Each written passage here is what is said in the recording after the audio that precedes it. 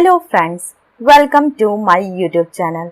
आज के इस वीडियो में हम नेट के पाठ्यक्रम में संकलित इकाई 5 कविता के अंतर्गत महाकवि चंद्रवरदाई कृत पृथ्वीराज रासो रेवा तट की शब्दार्थ सहित व्याख्या करेंगे। तो आइए उन पदों को क्रमशः देखते हैं।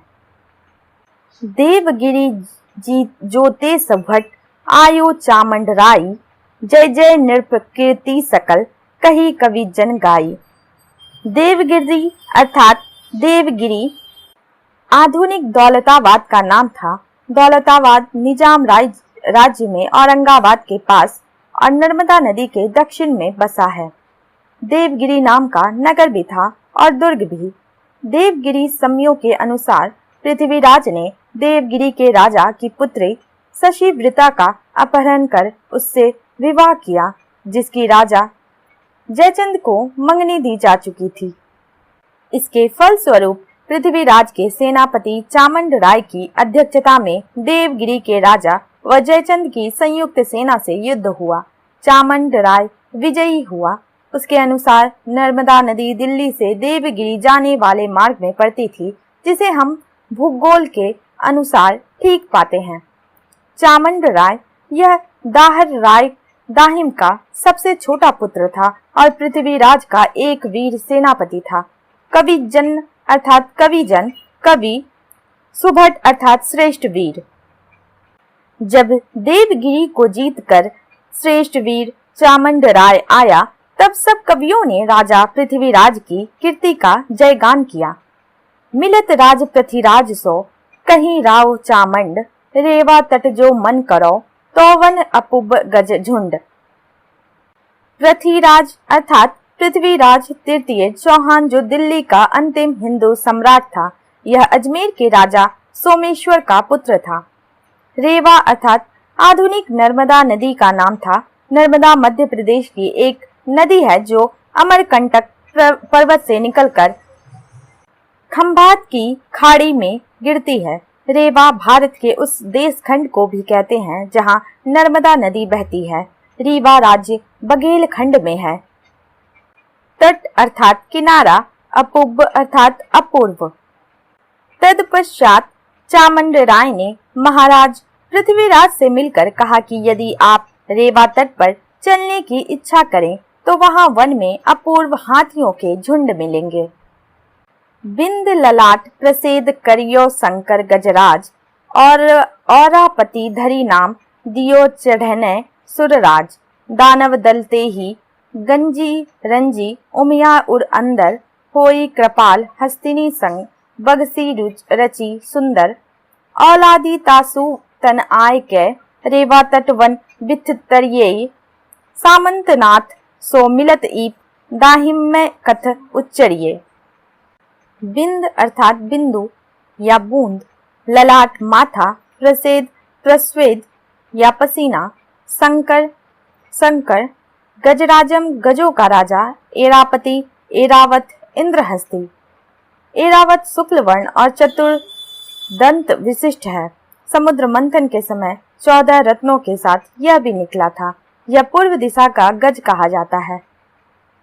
सुरराजम सुरराज इंद्र, एक वैदिक देवता जिसका स्थान अंतरिक्ष है और जो पानी बरसाता है।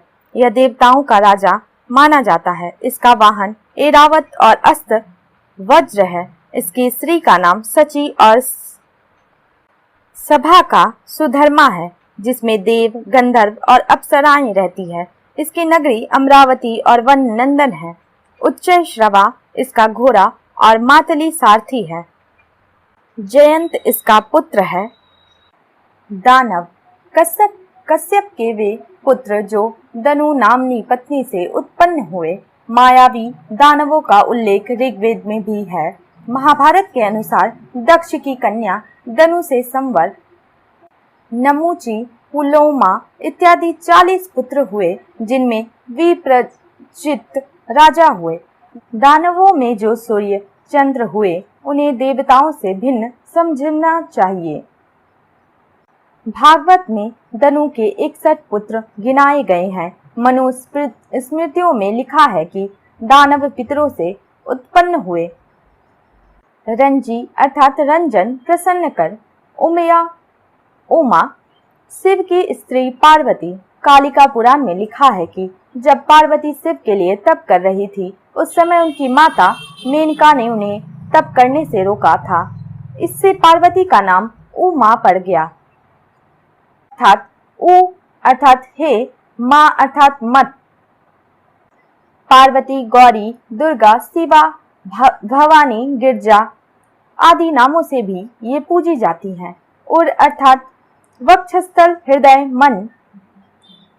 कृपाल अर्थात कृपालु, हस्तिनी, हथनी या हाथी, बगसी अर्थात प्रदान की औलादी संतान।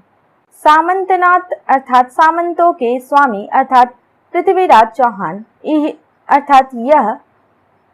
दाहिमय अर्थात दाहिम, राजपूतों की जाति विशेष। दाहिमय यहाँ चामुंड राय के लिए आया है, जो दाहिम जाति का राजपूत था।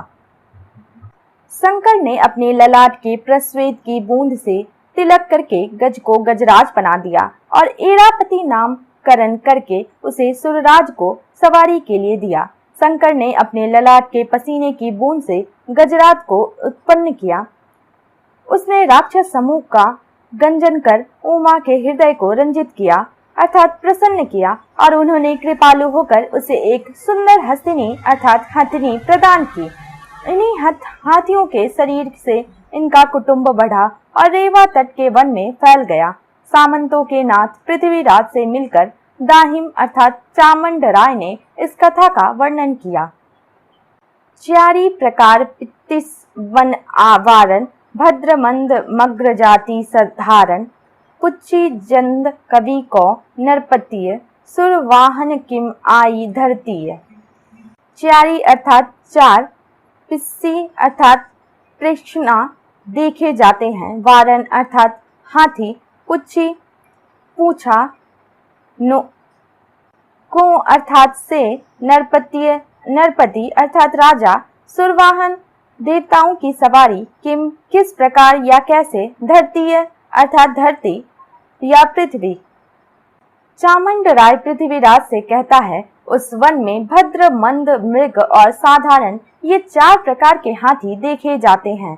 तब नरपति पृथ्वीराज ने चंद कवि से पूछा कि देवताओं का वाहन पृथ्वी पर किस प्रकार आ गया।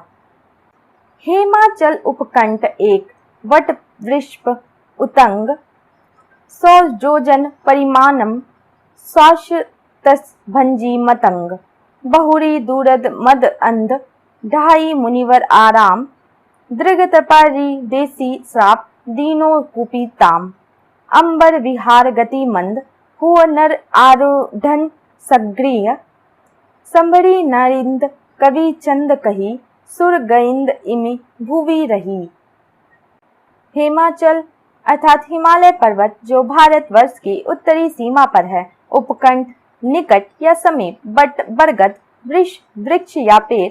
उतंगम अर्थात ऊंचा, जोजन अर्थात योजन, परिमाणम अर्थात प्रमाण, शाख, तस अर्थात उसकी, भंजी अर्थात भंजन या तोड़ना, मतंगम अर्थात हाथी, बहुरी फिर, दूरद दो दांत वाला अर्थात हाथी, ढाही गिराना, आरामम फुलवारी, बगीचा, उद्यान या उपवन, देसी देखकर, कुपित अर्थात क्रोधित होकर, तामम तिसको अर्थात उसको, दीर्घतमस ऋषि एक प्रख्यात ऋषि थे। अंबर विहार अर्थात आकाशगामी, गति अर्थात चाल, मंद हुआ अर्थात मंद हो गई, आरूढ़न अर्थात आरोहण या चढ़ना, संग्रह अर्थात संग्रह किया, संभरी नरिंदम सांभर का राजा अर्थात पृथ्वीराज, सुरगइंदम अर्थात गयंद हाथी, भूवि अर्थात भूमि या पृथ्वी, रही अर्थात रह गया। चंद कवि ने पृथ्वीराज को उत्तर दिया, हिमालय के समीप एक बड़ा ऊंचा वट का वृक्ष था जो 100 योजन का तक विस्तृत था। मतंग ने पहले तो उसकी शाखाएं तोड़ी और फिर मदांध हो उसने दीर्घतपा ऋषि का उद्यान उजाड़ डाला, जिसके फलस्वरूप हाथी की आकाशगामी गति मंद अर्थात क्षीण हो गई और नरों मनुष्यों ने उसे सवारी के लिए संग्रह कर लिया। चंद कवि ने कहा कि हे संभल के राजा अर्थात पृथ्वीराज, इस प्रकार सुरगयंद भूमि अर्थात पृथ्वी पर रह गया।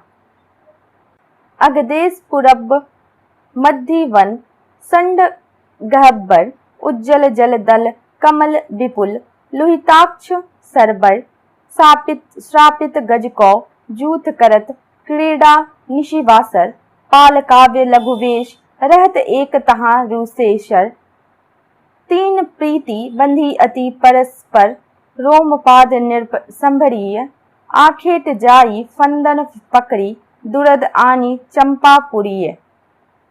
अंगदेश अर्थात सूत पस के पुत्र बलि की स्त्री का दीर्घतमस द्वारा नियोग होने पर अंग बंग कलिंग शूय और पुराण नामक 5 पुत्र हुए। ये पांचों जिन 5 प्रदेश में बसे वे प्रदेश उसमें बसने वाले लड़के का नाम से विख्यात हुए। पूरब अर्थात पूरब, मध्य मध्य, गहवर सघन, उज्ज्वल उज्ज्वल, विपुल बड़ा या वृहत, लोहिताक्ष लोहिताक्ष, सरवर सरोवर, जूथ अर्थात यूथ, निशिवासर रात दिन, लघुवेश लघु वयस, रूसेसर अर्थात ऋषि स्वर ऋषियों में श्रेष्ठ, परस्पर परस्पर एक दूसरे से, रोमपाद या लोमपाद पैरों में रोए वाला, संभरीय अर्थात संबोधन वाचक शब्द है और संभल के राजा पृथ्वीराज चौहान के लिए प्रयुक्त हुआ है। चंद कवि ने फिर कहा, पूर्व दिशा में अंग प्रदेश के एक अति सघन वन के मध्य में लोहिताक्ष नाम का सरोवर है, जिसका जल अत्यंत स्वच्छ है और उसमें कमलों के दल प्रस्फुटित हैं। उसी सरोवर में श्राप पाया हुआ हाथियों का झुंड दिन रात क्रीड़ा किया करता है। वहीं पाल काव्य नामक एक युवक ऋषि कुमार रहते थे और उनसे तथा हाथियों से परस्पर बड़ी प्रीति थी। हे संभल राजा, इसी समय के अनंतर राजा रोमपाद आखेट के हेतु वहां आया और फंदों द्वारा द्विरंदों अर्थात हाथियों को पकड़कर अपनी राजधानी चंपापुरी ले गया। पाल काव्य कै विरह करी अंग भय अति क्षीण, मुनिवर तब तहु आय कै गज चिग्गज गुणच कीन। क्षीण अर्थात क्षीण या निर्बल, चिग्गज अर्थात चिकित्सा या चिकित्सा दवा, गुण अर्थात गुण पूर्वक अर्थात योग्यता पूर्वक भली भांति, कीन अर्थात किया। पाल काव्य की विरह के कारण उनके हाथियों के शरीर अत्यंत क्षीण हो गए। तब मुनिवर ने वहां चंपापुरी में आकर उनकी भली भांति चिकित्सा की। कोम्पड़ पराग पन्न छालम डालम फलम फूलम कंदम फल्ली कली दय जरियम कुंजर करी थुल्यम तनम। कोपड़ अर्थात कोपल, पत्रम पत्ते, कदम बिना रेशे की गुद्देदार जड़ जैसे सूरन, शकरकंद, गाजर, मूली आदि। फल्ली अर्थात फलियां, कली अर्थात कलियां, जरियम अर्थात जरियां, कुज्जर अर्थात हाथी, थुल्यम स्थूल, तनम अर्थात शरीर, करी किया।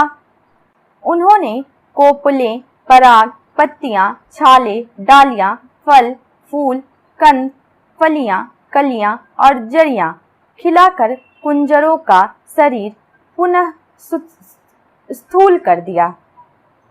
ब्रह्म ऋषि तप करत देसी कंपियो मघवानम छलन काज पहु पठय रंभ रुचिरा करिमानम। श्राप दियो ताप सह अवनी करनी शुवत्तरी क्रमम बंधी इकजति लसी तहु और सुपनंतरी। तीही थामम आई इही हस्तिनी बोड लियो पोगर सुनमी उर सुक्रम अस धरी चंद चंद कही पाल काव्य मुनिवर जन्मी। ब्रह्मर्षि कंपियो का कंप उठा या डर गया। मघवानम अर्थात इंद्र, रंभ अर्थात रंभा, काज कार्य, छलन काज छलने के लिए, पढ़े पठय भेजकर रंभरुचिरा करिमानम अर्थात रंभा को अत्यंत सुंदरी बनाकर तापसह तपस्वी ने अवनी पृथ्वी करनी हथनी सु अर्थात वह अवतरित हुई या जन्मी क्रम कर्म बंधी बंधकर जति यति सुपनम तरी स्वप्न के अंतर में अर्थात सोते समय एक ठाम स्थान इही उही वह तिही उस पोगर मुख यहाँ सूंड से तात्पर्य है। सुनमी उसको झुकाकर शुक्र वीर्य उर अर्थात हृदय। एक ब्रह्म ऋषि को तपस्या करते देखकर इंद्र कंप उठे, डर गए। उन्हें अपने इंद्रासन के लिए चिंता हुई कि कहीं यह उसी के लिए न तप करता हो, और उन्होंने रंभा का पूर्ण रूप से श्रृंगार करके मुनि को छलने भेजा। तपस्वी ने उस रंभा को श्राप दिया, जिसके फलस्वरूप वह हथनी होकर पृथ्वी पर अवतरित हुई। कर्म बंधन के अनुसार भाग्य की ही गति देखिए। एक यति का सोते समय वीर्य पात्र हुआ, और उस हथनी ने उस समय वहां पहुंचकर अपनी सूंड झुकाकर उस वीर्य को उठा लिया तथा अपने उदर में रख लिया। चंद कवि कहते हैं कि इस प्रकार मुनिवर पाल काव्य का जन्म हुआ। ताथम तिन मुनि करिन सौ बंदी प्रीति अत्यंत चंद कहियो निरपिथ सम सकल मंडी बिरतम तंत। ताथम इसलिए यही कारण था, तिन उन मुनि, यहाँ मुनि पाल काव्य की ओर संकेत है। करिन 100 हाथियों से, पित्त अर्थात पृथ्वीराज, सम से सकल सब, मंडी कहा, बिरतंत अर्थात वृतांत। यही कारण था कि मुनि को हाथियों से अत्यंत प्रीति हो गई थी। इस प्रकार चंद कवि ने महाराज पृथ्वीराज से सारा वृतांत कहा। सुनहि राज पृथ्वीराज विपन रवनीय करीय जूत, रेवा तट सुंदर समूह, वीर गज दंत चवन रथ, आसेटक आचंब पंथ, पावर रुकी पिल्लो सिल्लो, सिंहवट दिल्ली समूह राज, सिल्लवत दोई चल्लो, जल जूह कूह कस्तूरी मृग, पंसी अरु पर्वतः, चौहान मान देसे निरपति कही, न बनत दक्षिण सुरह। सुनहि अर्थात सुने, विपन विपिन अर्थात वन, रवनीय रमणीक, करीय कर दिया, गजदंत बड़े दांत वाले हाथी, चवन 4 रथ मार्ग या रास्ता, चवन रथ चारों ओर, आशेटक आचंब कौतूहल वर्धक आखेट या शिकार, पंथ मार्ग, पावर पौर या दरवाजा, रुकी रोक कर, पंथ पावर रुकी मार्ग का द्वार रोककर अर्थात मार्ग को बंद करके, सिल्लो अर्थात खेलो, वट बाट या रास्ता, जूह अर्थात यूथ, जल जू जल का यूथ अर्थात जलाशय, कुह अर्थात पर्वत, पर्वतः अर्थात पारावत कबूतर, चौहान अर्थात इसके 2 अर्थ हैं। पहला चारों ओर, दूसरा चौहान पृथ्वीराज। मानम परिमाण या मानिए, विश्वास कीजिए। देसे देखा है या देखिए। दक्षिण दक्षिण, सुरह सुरही अर्थात सुरभि दक्ष कन्या, दक्षिणी दक्षिण सुरह अर्थात दक्षिणी गाय। हे राजन सुनिए, रेवा तट पर विस्तृत वन को हाथियों के युद्धों ने रमणीक बना दिया है। रेवा तट पर चारों ओर वीर पराक्रमी गजदंतों हाथियों के समूह हैं। वहां आप मार्ग रोककर कौतूहल वर्धक मृगया का आनंद ले, और फिर दिल्ली के मार्ग में, दिल्ली से देवगिरी जाने वाले मार्ग में सिंह भी मिलते हैं, जिनका आप शिकार खेल सकते हैं। हे निरपति, जलाशयों, पहाड़ों और चारों ओर आप अत्यधिक परिमाण में कस्तूरी मृग, पक्षी और कबूतर देखेंगे। यह सब तो है ही, परंतु दक्षिण की सुरभि तो वर्णातीत है। या दक्षिण के मार्ग का वर्णन नहीं किया जा सकता। एक ताप पहुपंग को अरु रवनीक जुथान, चामंड राय वचन सुनी चढ़ी चढ़ियो चौहान। ताप अर्थात कष्ट, पहुपंग यह कन्नौज के राजा जयचंद की एक उपाधि थी। एक तो पहुपंग जयचंद को कष्ट पहुंचेगा, दूसरे स्थान भी रमणीक है, यह विचार कर चामुंड राय के वचन सुनकर चौहान चढ़ चला, अर्थात चौहान ने प्रस्थान की आज्ञा दे दी। चरत राज पृथ्वीराज वीर अग्निव दिशा कसी, सब भूमि निरप निरपति चरण चौहान लगी धसी, मिलियो भान बिस्तरी, मिलियो सट्टल गड्ढी निरप, मिलियो नंदीपुर राज, मिलियो रेवा नरिंद अप, वन जूथ मृग सिंह सिंह रुज गज, निरप आसे टकसिल लई, लाहौर थान सुरता तप, बरकगद लिसी मिल लई। अग्निदेव अर्थात अग्निदेव दक्षिण पूर्वी दिशा, दिशा अर्थात दिशा, कसी कसकर अर्थात भली भांति सुसज्जित होकर, सब अर्थात सर्व सब, भान अर्थात राजभान, बिस्तरी विस्तार से अर्थात बड़े दल बल सहित। नंदीपुर अयोध्या के समक्षेत्र में है, रेवा इलाहाबाद के दक्षिण रीवा राज्य में, तप अर्थात ताप, मिलई मिला। वीर महाराज पृथ्वीराज के दक्षिण पूर्व पथ में सुसज्जित होकर गमन करने पर उस मार्ग पर पड़ने वाले देशों के राजे महाराजे उनके चरण स्पर्श करने के लिए झुके। राजा भान दल बल सहित आकर मिला, दलगढ़ का राजा खट्टू तथा नंदीपुर का राव मिला और देवा नरेंद्र भी स्वयं आकर मिला। वन में अनेक मृगों, सिंहों और हाथियों के यूथ थे जिनका महाराज ने शिकार खेला। तब लाहौर स्थान में जो शासक चंद पुंडेर था और जो सुल्तान को कष्ट देने वाला था, उसका वर श्रेष्ठ पत्र मिला। वहीं उन्हें लाहौर से एक पत्र मिला जिसमें सुल्तान की बढ़ी हुई शक्ति का वर्णन था। सा तातार मारूफ सा लिए पान कर साही, धर चौहानी उपड़े बज्जो बज्जन वायु। सा तातार मारूफ सा, यह इस युद्ध में साहबुद्दीन गोरी का प्रधान सेनापति समझ पड़ता है, क्योंकि इस संपूर्ण समयों में हम उसे एक प्रतिष्ठित पद और मुख्य सैन्य संचालन में पाते हैं। लिए पान कर साही अर्थात सा के हाथ से पान लिया है।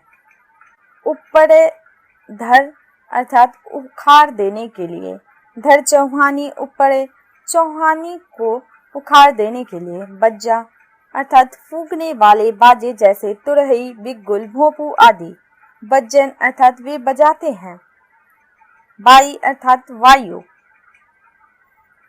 खां तातार मारूफ खां ने सागोरी के हाथ से पान लिया है।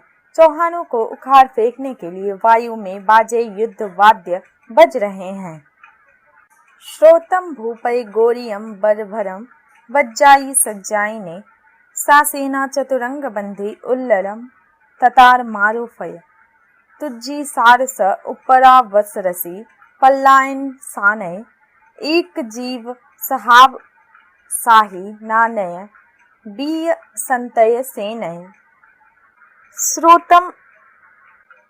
श्रोतम अर्थात सुनिए, भूपय अर्थात राजन, बर अर्थात श्रेष्ठ, भरम भट्ट अर्थात वीर, बज्जाई बजाकर, सज्जाई ने सजा लिया है, सा उस गोरी की, सेना चतुरंग बंधी अर्थात सेना चतुरंगिनी बनकर, उल्लल अर्थात उलड़ना या झपटना, तुझी अर्थात तुम्हारे ऊपर, सारस अर्थात सार सहित अर्थात शक्ति पूर्वक, उपड़ा इसके दो अर्थ हैं, पहला आक्रमण, दूसरा उखाड़ फेंकना, बस अर्थात वश या इच्छा, रसी अर्थात घोड़ा या हाथी, पल्लायनम अर्थात जीन कसना, एक अर्थात एक, जीव अर्थात जिए, सहाब शाही अर्थात साहब शाह, गोरी साहबुद्दीन, नयन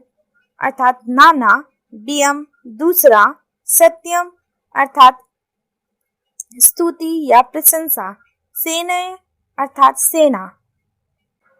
हे राजन सुनिए, गोरी के श्रेष्ठ सेनापति तातार मारूफ खां ने ढोल बजाकर सारी तैयारी कर ली है और उसकी चतुरंगिनी सेना हम लोगों पर झपटने के लिए प्रस्तुत है।